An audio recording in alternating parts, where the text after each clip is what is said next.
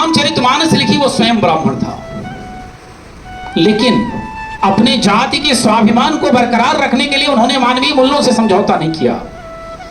अपना पात्र बनाया, हीरो बनाया राम को। क्यों?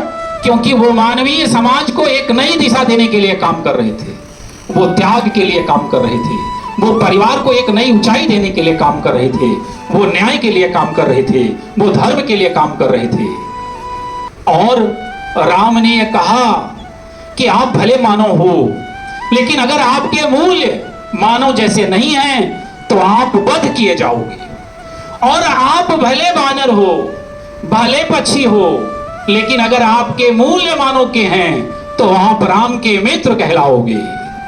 बंदर मानव नहीं थे, बंदर थे, लेकिन उनके मूल्य मानव से अच्छे थे, इसलिए वो पूजे गए। वो ब्राह्मण कुल में पैदा हुआ, लेकिन मूल्य अच्छे नहीं थे, इसलिए हर साल हम उसे जलाते हैं और खुश होते हैं। पूजा मूल्यों की होती है, ज्ञान की नहीं, आचरण की होती है। ज्ञान तो उसके पास बहुत था। हर साल हम रावण को जलाते हैं। रावण को जलाने का मतलब है बुरे मानव मूल्य को जलाना, लेकिन हम ये नहीं करते। हम केवल रावण की प्रतिमा जला रहे हैं, बुरे मानव मूल्य नहीं जलाते। अच्छा, जब दशहरे में हम रावण को देखने जाते हैं तो हमारे कौतूहल का विषय राम नहीं होते, रावण होते हैं। ये है कलयुग। कोई कभी दशहरे में जाके देखता है राम कहां है? रावण कितना बड़ा बनाया गया ये देखने जाते हैं हम दशहरे में। मतलब राम जैसे नायकों के देश भारत में हम खलनायक रावण को देखने जाते हैं, और उसको जितनी ऊंचाई दे दिए जाए हम उतना ही खुश होते हैं। फिल्मों में भी हम यही करते हैं। हमें पॉजिटिव कैरेक्टर नहीं पसंद आते, नेगेटिव कैरेक्टर पसंद आते हैं। शोले फिल्म चली तो सबसे फेमस किरदार कौन सा हुआ?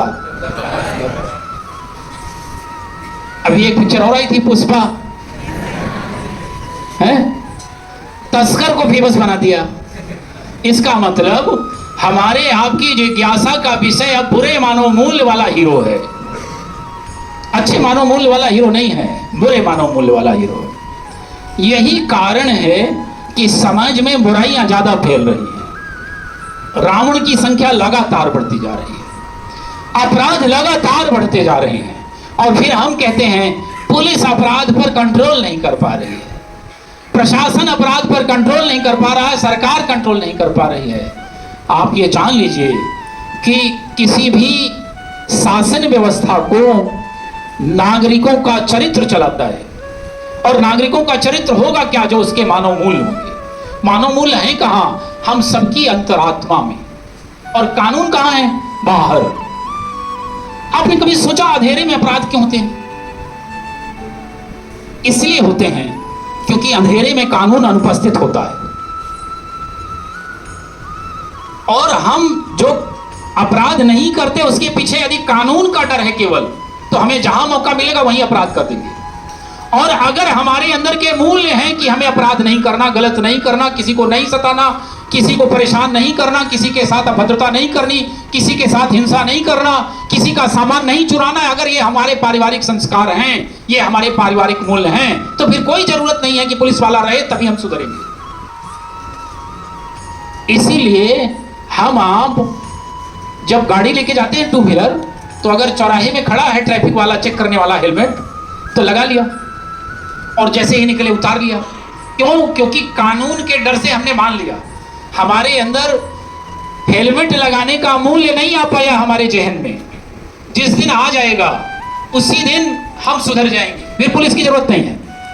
और अगर नहीं आया तो पुलिस भर हमें नहीं सुधार सकती। गांधी जी ने कहा था कि जब तक हमारे अंतर मन का विकास नहीं होगा, हमारे अंतर मन की पवित्रता नहीं बनेगी, तब तक केवल कानून किसी राष्ट्र को नहीं चला सकता।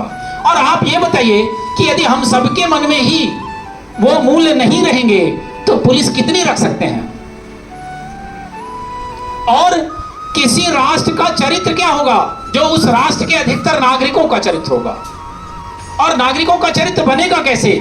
उसके पारिवारिक मूल्य से, उसकी संस्था से, जहां वो पढ़ाई करेगा, वो जिस सोसाइटी में रहेगा वहां के लोगों को देख के वो बच्चा सीखेगा। इसीलिए आप जिस लर्निंग फेज में हैं, ये सारी चीजें अभी से आप जान लीजिए और जान भर नहीं लीजिए, अपने आचरण में उसे समाहित भी करते जाइए। क्यों? क्योंकि अगर आप उसे अपने आचरण का हिस्सा नहीं बना पाएंगे तो फिर जब चाहेंगे तब आपके आचरण का हिस्सा नहीं बन पाएगा।